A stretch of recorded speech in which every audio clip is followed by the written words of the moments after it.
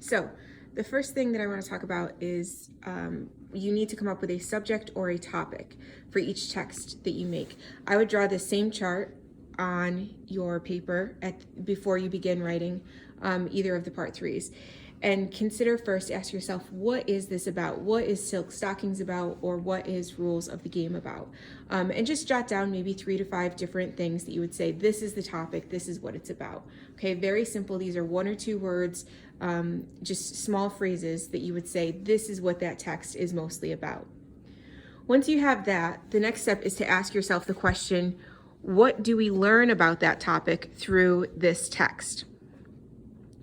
And that's where we come up with the central idea. So here's our central idea. While epiphanies can be painful, recognizing the truth is an essential part of growing up. Now remember, in class, we didn't have a central idea our first try, right? That we usually took 1 or 2 tries to try to find the right central idea and a wording that we were comfortable with. Also note that your central idea should have 2 parts to it, right? There should definitely be a comma. This is a longer, more complex sentence, not just a sudden realization such as, well, epiphanies can be painful. Well, yes, that's common knowledge. Say something a little bit more complex than that. So while epiphanies can be painful, recognizing the truth is an essential part of growing up. So now that I know what the text is about, and I know what I learned about that topic, I have to find a literary device that is used in this text. Now, characterization and conflict I marked here because those are the 2 that you will see in every single type of text. There is always characterization. There's some character, even if it's animals, talking animals, that is involved in the action. And then there's conflict, because without conflict, there would be no movement. It would be a flat story. There would be no plot diagram. It would just be one straight flat line. So characterization and conflict are always there. That doesn't mean that they're necessarily the best to write about, but they are always there in case you get stuck. Point of view in the case of Araby is also important. Remember that we have a first person naive narrator, and symbolism in the case of Araby is also important. So I just brainstormed what are all of the literary devices that seem important in the short story that I just read. And I'm sure that there's other ones. There's obviously, setting, the description of the street that he lives on, but is that important to the central idea? Not really. Then this part, the claim. So the claim will be your last sentence of your introduction. And there's a very simple format that you can find, or that you can follow.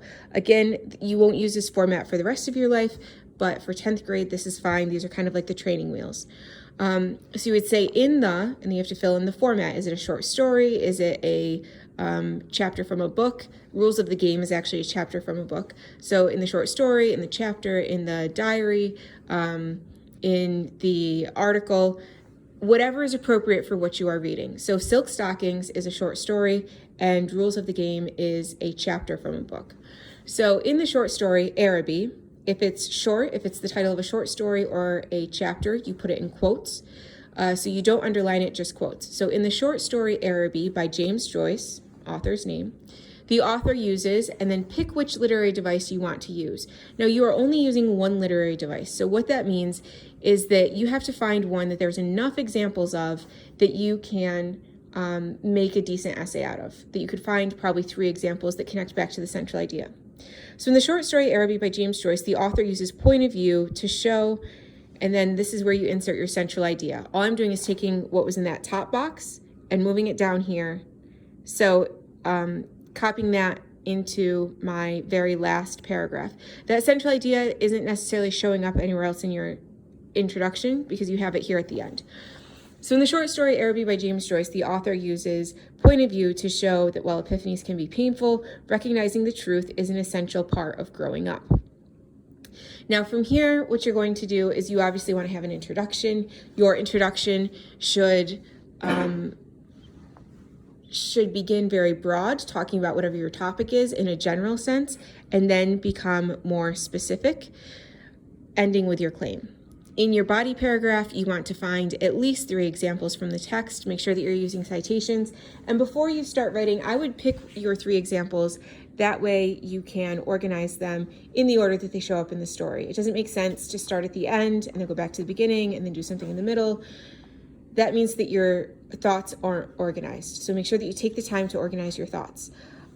If you have any other questions, please use either Google Classroom, email, or Parent Square to get a hold of me. Parent Square gives me a notification